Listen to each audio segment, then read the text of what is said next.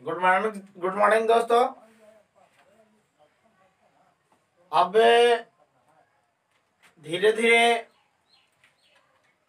Class का तो अब स्टार्ट सब लोग बहुत धीरे धीरे स्टार्ट हो रहा है। अब आप लोग को कोरोना लगातार तो देखा जा रहा है कि बढ़ते जा रही है, और उसके साथ साथ आप लोग जो बाहर से जो आ रहे हैं तो उन लोग से भी आप लोगों को बचना है।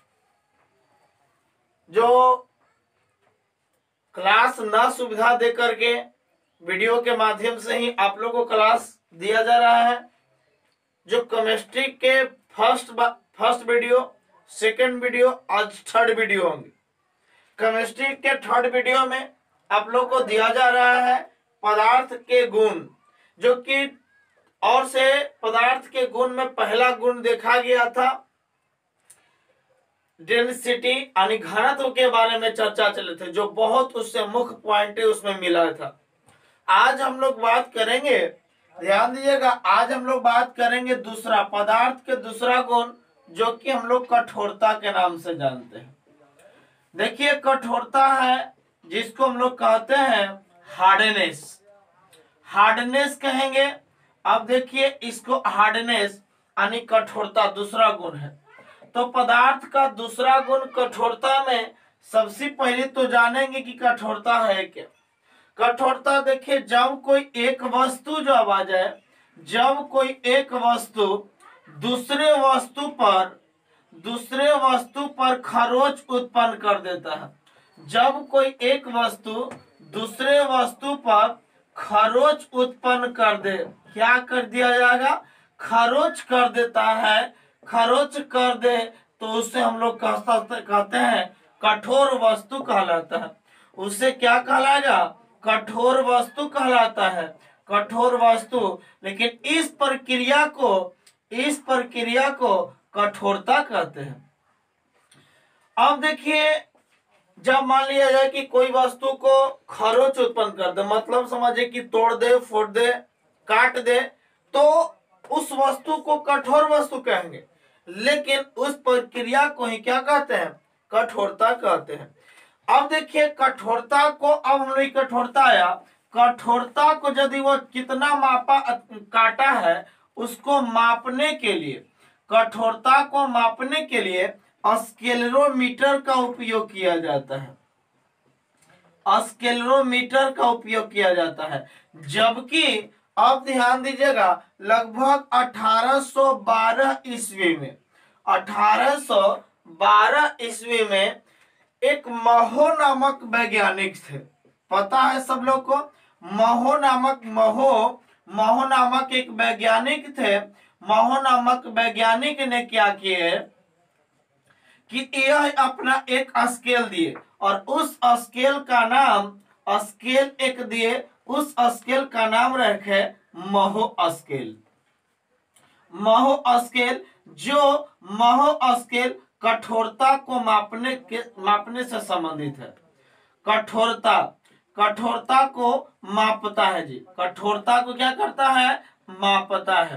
तो आप बताइए, हमने ऐसे तो कहा जा रहा है कि कठोरता को मापने के लिए किसका? स्केलरोमीटर का उपयोग किया जाता है। लेकिन 1812 ईस्वी में बताए महो नामक वैज्ञानिक ने कि देखिए, कठोरता को मापने के लिए एक मेरा स्केल है महो स्केल, जो कठोरता को मापने से संबंधित है।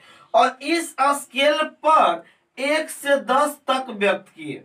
कितना अंक व्यक्त किए? 1 से 10 तक अंक व्यक्त किए। और वो 10 में, अब ध्यान दीजिएगा, जब 10 तक व्यक्त किया गया है तो देखिए कौन कौन सा 10 तक आता है। जो 10 में, देखिए, अब हम लोग बात करेंगे महो स्केल। तो अब याद कीजिए, महो स्केल, और इधर में देखिए वस्तु। जब महो स्केल पर 10 नजर आ जाए, यानी 10 अंकित कर देता है, तब वह वस्तु सूचित करेगा कि वह डायमंड है। डायमंड मतलब क्या? हीरा ना। तो ये आपका हीरा रहेगा। तो समझना कि जब हीरा है, यानी महो स्केल पर 10 सूचित कर रहा है, तो समझेंगे कि हो हीरा है वो। अर्थात हीरा का कठोरता बताइए महो स्केल पर कितना 10 हो जाएंगे, जबकि 9 जब रहेगा तो यह कोरंडम होगा जी, कोरंडम। यह कोरंडम जो कि फॉर्मूला Al2O3 ये भी हार्ड है, यानी कोरंडम भी देखिए जब भी 9 व्यक्त करेगा तो कोरंडम कहलाएगा, जब 8 रहेगा तो उसको टोपाज कहेंगे। टोपाज के मतलब पत्थर होता है, याद कीजिएगा, टोपाज मतलब पत्थर यानी बहुत बड़ा पत्थर होता है। अब उसके बाद में हम लोग बात करेंगे 7 का। एक और क्वार्ट्ज होता है, क्वार्ट्ज, और ये भी एक प्रकार का पत्थर ही है, जबकि याद कीजिएगा ये आपका छोटा पत्थर के रूप में इसका यूज करते हैं, जिसको सिलिकॉन डाइऑक्साइड इसका नाम है जी, सिलिकॉन डाइऑक्साइड हो जाता है। जबकि आप याद कीजिएगा जब एक कंडीशन आ गया और सारे जैसे आपका 6 हो जाता है, 6 हो जाएगा, 5 हो जाएगा, फिर आपका 4 हो जाएगा, इस तरह से। लेकिन मुख्य मुख्य पॉइंट जो है इस पर ध्यान देना है। जैसे 6 आ जाएगा तो फ्लेट अस्पारा आ जाएगा, फिर आपका 5 आ जाता है तो फ्लोराइट आ जाता है, फिर 4 आ जाएगा तो कैल्साइट हो जाता है। लेकिन मुख्य मुख्य पॉइंट आपका ये चीज है। तो बताइए महो स्केल पर कितना अंक तक व्यक्त किया जाता है, 1 से लेकर कितना तक, 10 तक। बताइए जब 10 सूचित करेगा तो बताइए कौन से वस्तु होगा, हीरा होगा। जबकि बताइए जब 9 होगा तो क्या होगा, कोरंडम होगा। लेकिन एक चीज याद कीजिए, अभी वर्तमान में क्या चल रहा है, वर्तमान की जब बात किया जाए, वर्तमान समय में ध्यान दीजिएगा, जब हार्डनेस को मापना है अर्थात कठोरता को मापना है, कठोरता को मापने के लिए याद कीजिए, कठोरता को मापने के लिए एक ब्रिनेल स्केल का भी उपयोग किया जाता है। कौन स्केल, ब्रिनेल स्केल। जबकि इस पर क्या होता है जी, बोलिए सर बहुत सारे स्केल बता रहे, लेकिन यह ब्रिनेल स्केल याद कीजिए जब कठोरता 1000 से 5000 तक यदि निकालना होता है तब इस पर याद कीजिएगा ब्रिनेल स्केल के द्वारा ही माप करते हैं। जब कठोरता पर याद कीजिए, जब कठोरता को 1000 से 5000 होगा तो वह किस पर सूचित करेगा, किस स्केल पर, ब्रिनेल स्केल पर सूचित करता है। जो कि याद कीजिए पदार्थ के दूसरा गुण कठोरता से यह संबंधित था। तीसरा पदार्थ के गुण में हम लोग समझेंगे। अब देखिए हेडिंग डालिए, पदार्थ के तीसरा गुण जो था वो आपका था, याद कीजिए तीसरा गुण में आप लोग आयतन हेडिंग डालेंगे। आयतन जिसको इंग्लिश में क्या कहिएगा, वॉल्यूम कहिएगा। अब ये जो बात है आयतन की, अब देखिए आयतन का जब ऐसा ही मात्रक देखते हैं, यानी आयतन का फॉर्मूला लंबाई गुना चौड़ाई गुना क्या, ऊंचाई, यानी लंबाई गुना चौड़ाई गुना क्या हो जाएगा, ऊंचाई हो जाएगा। एक उसके बाद में देखिए लंबाई का मात्रक भी मीटर, चौड़ाई का भी मात्रक मीटर और ऊंचाई का भी मात्रक मीटर, क्योंकि लंबाई भी एक प्रकार का, चौड़ाई भी एक प्रकार का लंबाई है, ऊंचाई भी एक प्रकार का लंबाई है। लंबाई लंबाई लंबाई लंबाई लंबाई लंबाई का जब मात्रक आएगा तो ये आपको कुछ ही मिल जाएगा, मीटर क्यूब हो जाएगा। लेकिन जब इसका अन्य मात्रक देखते हैं, अन्य मात्रक हमने फिजिक्स के वीडियो में डाला हुआ है, जो लोग मतलब परेशानी होगा वो फिजिक्स का वीडियो देखिएगा जो यूनिट एंड डायमेंशन होगा, उसमें बहुत बेहतरीन से समझाया गया है आपको आयतन के बारे में भी।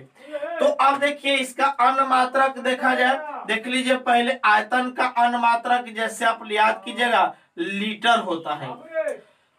आयतन का अनुमात्रक 1 लीटर होता है और वह 1 लीटर, ध्यान से देखिएगा, 1 लीटर बराबर 1 लीटर बराबर होगा 10 के पावर -3 मीटर क्यूब का और बराबर 10 के पावर 3 सेंटीमीटर क्यूब के बराबर हो जाता है। जब आप याद कीजिए 1 लीटर में कितना, 10 के पावर -3 मीटर क्यूब बराबर, जब इसको करिएगा तो मीटर को सेंटीमीटर में चेंज करिएगा तभी आपको 10 के पावर 3 सेंटीमीटर क्यूब हो जाएगा। अब इसीलिए अब याद करेंगे, इसको हटा करके दोनों के ध्यान दीजिए, 1 लीटर में कितना 10 के पावर -3 मीटर क्यूब, यानी 10 के पावर -3, जो कि 10 के पावर -3 मीटर क्यूब बराबर 1 लीटर होता है। 1 लीटर, इसीलिए देखिए गुना में है तो भाग में जाएगा, तो यानी 1 मीटर क्यूब, 1 मीटर क्यूब में जब नीचे आ जाएगा तो ऊपर में जाएगा तो कितना 1000 लीटर के बराबर होता है। यानी 1 मीटर क्यूब में बताइए कितना लीटर, यानी 1 मीटर क्यूब में कितना लीटर 1000 लीटर के बराबर होता है। लेकिन एक बात याद कीजिएगा, अब हमने बात करते हैं एसटीपी या फिर किसी गैस के लिए लीजिए, किसी भी गैस के यदि लीजिएगा, जैसे ऑक्सीजन गैस हुआ, हाइड्रोजन गैस हुआ, कार्बन डाइऑक्साइड गैस हुआ, ये सब जो पॉइंट हैं जो है किसी भी गैस पर 1 मोल का आयतन 22.4 लीटर होता है। ये जो हमने लिख दे रहे हैं पॉइंट, जो कि आज न्यूमेरिकल का पॉइंट बनेगा उससे। देखिए किसी भी गैस का बात जब चलते हैं, किसी भी गैस का, तो किसी गैस का जो याद कीजिएगा, किसी गैस का आयतन चलेगा, आयतन 1 मोल, यानी किसी गैस का 1 मोल का आयतन, 1 मोल का आयतन, 1 मोल का आयतन याद कीजिएगा कितना 22 दशमलव कितना लीटर 4 लीटर होता है। जबकि किसी गैस का 1 मोल का आयतन होगा, एग्जाम्पल के तौर पर देखें तो बताइए, हम कहेंगे ऑक्सीजन का 1 मोल का आयतन क्या होगा, आपसे पूछेंगे। तो ऐसे भी आप लोग समझ लग रहा होगा कि 1 मोल होता क्या है। एक देखिए बाबू मोल क्या है, इसे मोल ध्यान दीजिएगा, मोल सबसे पहले समझना जरूरी है। यदि किसी परमाणु, यदि कोई परमाणु लीजिए, परमाणु हो जाए या फिर अणु हो जाए, परमाणु ले लीजिए, जैसे हाइड्रोजन परमाणु, ऑक्सीजन परमाणु, कार्बन डाइऑक्साइड परमाणु, अणु, तो हाइड्रोजन परमाणु, अणु या आयन, याद कीजिए परमाणु या फिर अणु या फिर क्या चीज आयन को यदि हम इसको ग्राम में व्यक्त कर दें, किसमें व्यक्त कर देंगे, ग्राम में व्यक्त करेंगे, इसी का नाम क्या है 1 मोल कहते हैं। यदि किसी परमाणु, अणु या आयन को जब ग्राम में व्यक्त करेंगे, इसे क्या कहेंगे 1 मोल के नाम से जानते हैं। तो 1 मोल, तो बताइए ऑक्सीजन का 1 मोल कितना लीटर होगा, तो याद कीजिए 22 दशमलव कितना लीटर 4 लीटर होगा। अब दिखाते हैं कैसे। अब जैसे देखिए भाई ऑक्सीजन है, अणु है, ऑक्सीजन, इसे ऑक्सीजन परमाणु के 2 तो ऑक्सीजन गैस हुआ ना। तो अब देखिए ऑक्सीजन को पहले आप ग्राम में चेंज करेंगे, तो ऑक्सीजन 1 परमाणु का लिए, तो ऑक्सीजन का 1 परमाणु कितना ग्राम, द्रव्यमान हो गया ना। तो ऑक्सीजन का बताइए 16 ग्राम होता है, यदि 16, लेकिन ऑक्सीजन क्या गो है 2 गो, तो यानी 2, यानी एक मतलब हो गया कि 32 ग्राम के बराबर। यानी ऑक्सीजन मतलब कितना, ऑक्सीजन बराबर क्या ग्राम 32 ग्राम। अब 32 ग्राम के मतलब 1 मोल, देख लीजिए आ गया, क्योंकि ग्राम में चेंज करेंगे उसको क्या कहेंगे मोल कहेंगे। तो 32 ग्राम बराबर कितना 1 मोल, और 1 मोल बराबर कितना 22 दशमलव कै लीटर 4 लीटर। यदि जो बच्चे इस पर समझ गए हैं, न्यूमेरिकल इतना बेहतरीन से बनाइएगा जो आप सोच भी नहीं सकते हैं। जैसे हम एक न्यूमेरिकल दे रख ले, एक चीज और याद कीजिएगा, हमने बात बताते हैं एसटीपी और एनटीपी, एसटीपी और एनटीपी यानी standard temperature pressure, standard temperature, short में लिख दे टेम्परेचर, और ये आपका प्रेशर हो जाएगा, प्रेशर होगा, ये आपका प्रेशर होगा, और ये आपका नॉर्मल टेम्परेचर, यानी इसको केवल हम नॉर्मल लिख देते हैं, नॉर्मल टेम्परेचर प्रेशर, यानी इसको समान ताप दाब कहते हैं, समान ताप दाब। तो समान ताप एवं दाब पर देखिए, तो समान ताप कितना नहीं, टेम्परेचर होता है समान ताप 0 डिग्री सेंटीग्रेड, बराबर 273 केल्विन के बराबर। इस समान ताप हुआ। यदि टेम्परेचर इतना है लेकिन प्रेशर एक वायुमंडलीय दाब होता है, यानी एक एटीएम, यानी एक एटीएम के मतलब याद कीजिएगा एटमॉस्फेयर होता है, जो कि याद कीजिए वायुमंडलीय दाब होगा। इसको वायुमंडलीय दाब कहेंगे इसको। और इसके याद कीजिए तब टेम्परेचर 0 डिग्री, प्रेशर एक वायुमंडलीय दाब, तब आपका आयतन एसटीपी या एनटीपी, तब यह 22.4 लीटर के बराबर भी होता है। किसी गैस का आयतन एसटीपी या फिर एनटीपी पर भी आयतन याद कीजिए कितना मिलता है, 22.4 लीटर होता है। अब देखिए यहां से एक न्यूमेरिकल हम बना दे, जैसे क्वेश्चन आ जाएगा। क्वेश्चन कहेगा देखिए कि कार्बन डाइऑक्साइड के क्वेश्चन ध्यान दीजिए, कार्बन डाइऑक्साइड के 11 ग्राम का एसटीपी पर, किस पर, एसटीपी पर आयतन क्या होगा। ध्यान से देखिएगा एसटीपी पर आयतन क्या होगा। तो कार्बन डाइऑक्साइड को तो सबसे पहले ग्राम में व्यक्त करेंगे और उसको एक मोल में चेंज करेंगे। तो कार्बन डाइऑक्साइड को पहले आप चेंज करिए ग्राम में।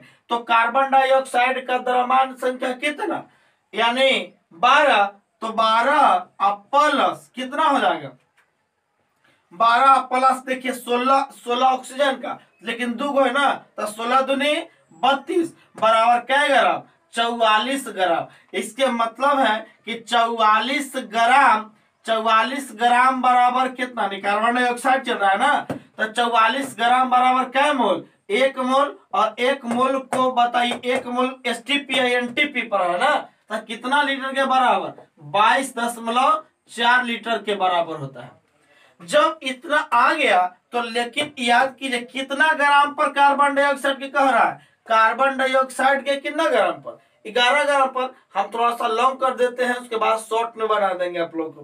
तो 11 ग्राम पर आएगा, तो देखिए तो 44 ग्राम पर बताइए आयतन पूछ रहा है ना, आयतन तो देखिए आयतन कितना है 22.4, तो 44 ग्राम में आयतन कितना हो जाता है 22.4 लीटर। तो इसीलिए 1 ग्राम में बताइए कितना निकलेगा जी, 1 ग्राम में 22.4 बटा कितना 44, लेकिन चाहिए कितना ग्राम पर, 11 ग्राम पर। जब 11 ग्राम पर आते हैं तो 22.4 बटे 44 और गुना आ जाएगा कितना 11, 11 चौक 44, 4 से डिवाइड करेगा 5.6 लीटर आ जाएगा। लेकिन याद कीजिएगा, या फिर हम बता दें दूसरा प्रोसेस, इस तो फर्स्ट मेथड से 5.6 लीटर आया। सेकंड मेथड में आइए, सेकंड मेथड में आते हैं जी। सेकंड मेथड में कैसे निकालिएगा, देखिए हम ये तो डायरेक्ट लीटर से निकाल दी, हम मोल से निकाल रहे हैं। तो 44 ग्राम बराबर क्या मोल था, 44 ग्राम बराबर कितना मोल, 1 मोल, 1 मोल। अब बताइए तो 1 ग्राम बराबर कितना, यानी 1/44 मोल ना। अब इतना, लेकिन हमको चाहिए था कितना ग्राम पर, 11 ग्राम पर। तो याद कीजिएगा, यानी 11 ग्राम पर चाहिए था, तो बताइए 11 ग्राम में 1/44 और गुना 11, इतना मोल हो जाएगा, 11 चौक 44, यानी 1/4 मोल। यानी मोलों की संख्या कितना आ गया, 1/4 आ गया। अब 1/4 मोल में 1 मोल में चूंकि जानते हैं, चूंकि 1 मोल में बताइए कितना लीटर, 22.4 लीटर होता है, 4 लीटर। इसीलिए हमको चाहिए 1/4 मोल में बराबर कितना 22.4 बटे 4 गुना 1/4, 4 से भाग करिएगा 5.6 लीटर के बराबर हो जाएगा।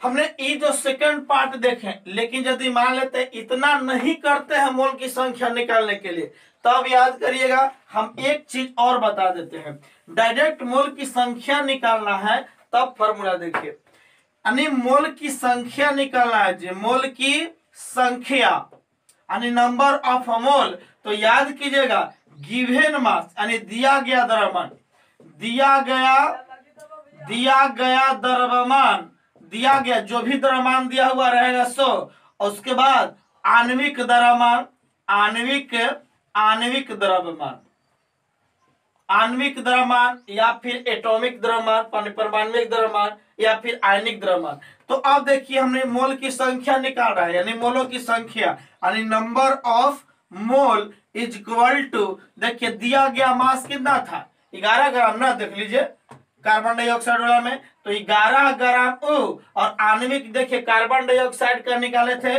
44, तो ई काट करके 4 बराबर 1 बटा, यानी 1 बटा कितना, 1 बटा कितना आ गया था 4, इतना मोल आ गया था, यही मोल की संख्या हो।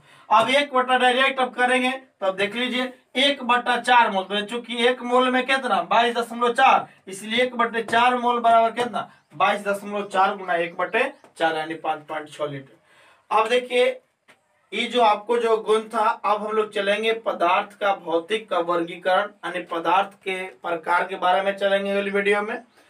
आज आप लोग को जो भी ऐसा लगा हमने बात करते हैं, फिर मिलेंगे अगले वीडियो में।